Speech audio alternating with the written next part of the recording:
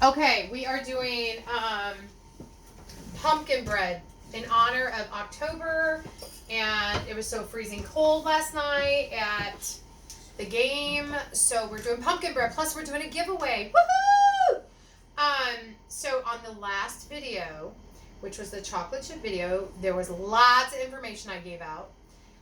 And so I'm going to ask you a question in the middle of this one or toward the end or whatever. And if you were the first to comment on, let's say this video, if you are the first one to comment on this video, the pumpkin bread video, so don't do it on the chocolate chip one. You have to be the first to comment on the pumpkin bread video.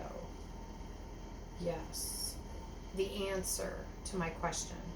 But I have not made a question yet. So anyways, let's get started. All right, we need 3 cups of sugar. This is like such good pumpkin bread. Now, this one lady, Diane, my friend, she loves all my stuff. And so I have never made this for her. I think she's really going to like it. And 1 cup of oil, and it's like a forgiving bread. Like, you don't have to be perfect with it. 4 eggs underneath, and 2/3 cup of water, which I had to wait, Jonathan.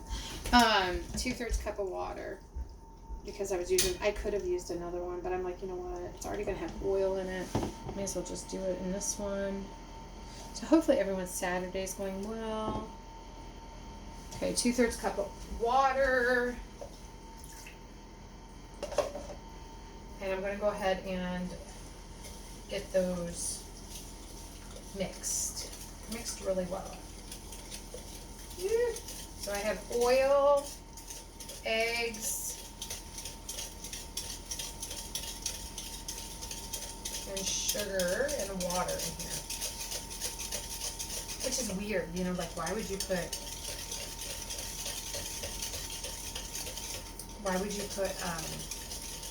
water in here? But I'll tell you, it is the best bread ever. It is moist, and I'll tell you all this because I make it. You can make it too. It's a good recipe. A lot of the recipes I do, I've never used, and so I'm just trying them out too. But this one, like, this one is from my handy dandy church cookbook. And see, ooh, all the things are falling out. My pumpkin bread. What I did was, our church camp actually, was having, and I need to get one for Kelsey, a cookbook, I know. Our church camp was having they wanted to make a cookbook to make money. Anyways, that was years ago, like years ago.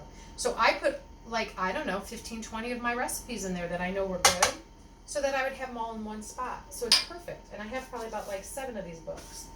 But anyways, all right. So now I'm going to put 1 can, 15 ounce of pumpkin in here.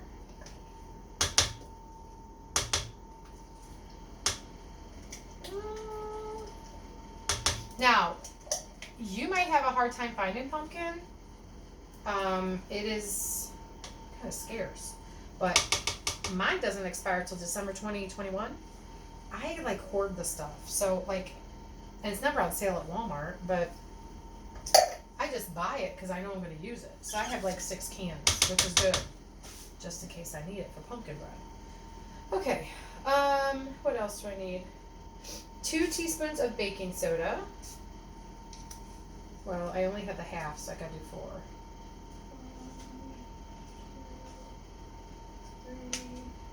4. And then it says 1 teaspoon of nutmeg and 1 teaspoon of cinnamon, which I just put 2 teaspoons of pumpkin pie spice in. Because why not, you know?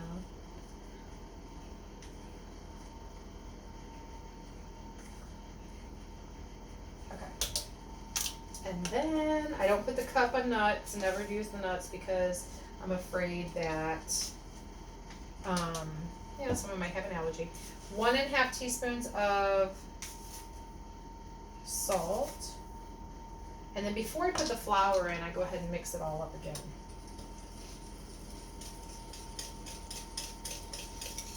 Oh, it smells like fall.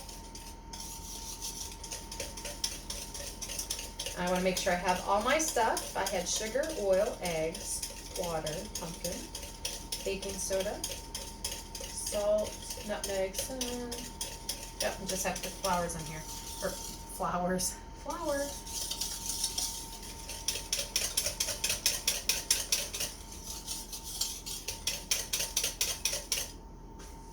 Alright.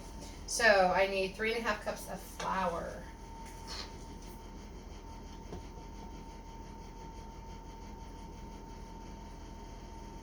Half in there. Stir it up. Now, it says you can do 3 small loaves of bread. And that's usually what I do. I do actually the smaller loaves, so I usually can do a few more than that.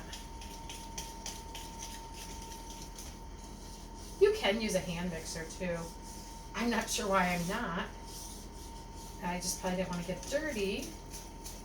So then I'm making me do all this, but that's okay.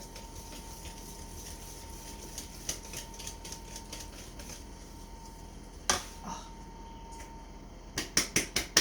It's like your hand's killing you.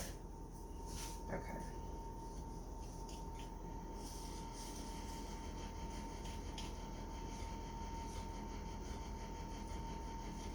Really, truly, if you like Bob Evans pumpkin bread, so good.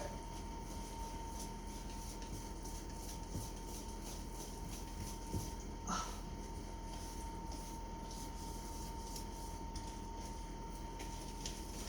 I should use a hand mixer. You can use a hand mixer. Your hand will thank you if you do. You don't want them. Alright. So it's like about like that. A little runny, but that's what it should look like. I typically don't double this just because it makes so much. Let me get the pans. Alright. Now remember, you have to comment on the pumpkin bread video for the dozen chocolate chip cookies. Don't do it wrong and then be upset, because I'm telling you what you gotta do. You gotta follow directions. Okay? So I'm gonna tell you, I'm gonna ask you very shortly, but I don't want to do it too shortly. But I don't want to do it at the end either, so that you just go all the way to the end. So, this one doesn't. No, it does. Good. I didn't think I sprayed it. And then I'm like, it's never coming out. They would have to use a fork and eat it. All right, this is what I usually do too, is put them on the baking tray so they don't teeter-totter in my oven. No one wants to clean all this batter up in your oven.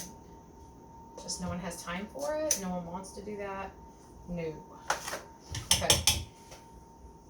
I'm going to ask right now. What, and don't let it confuse you.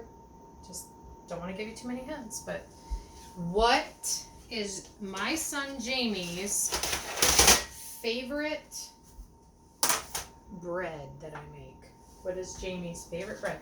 Now, I said it in the video. I may even have said it in this video. I don't remember. But I said it. I know I did.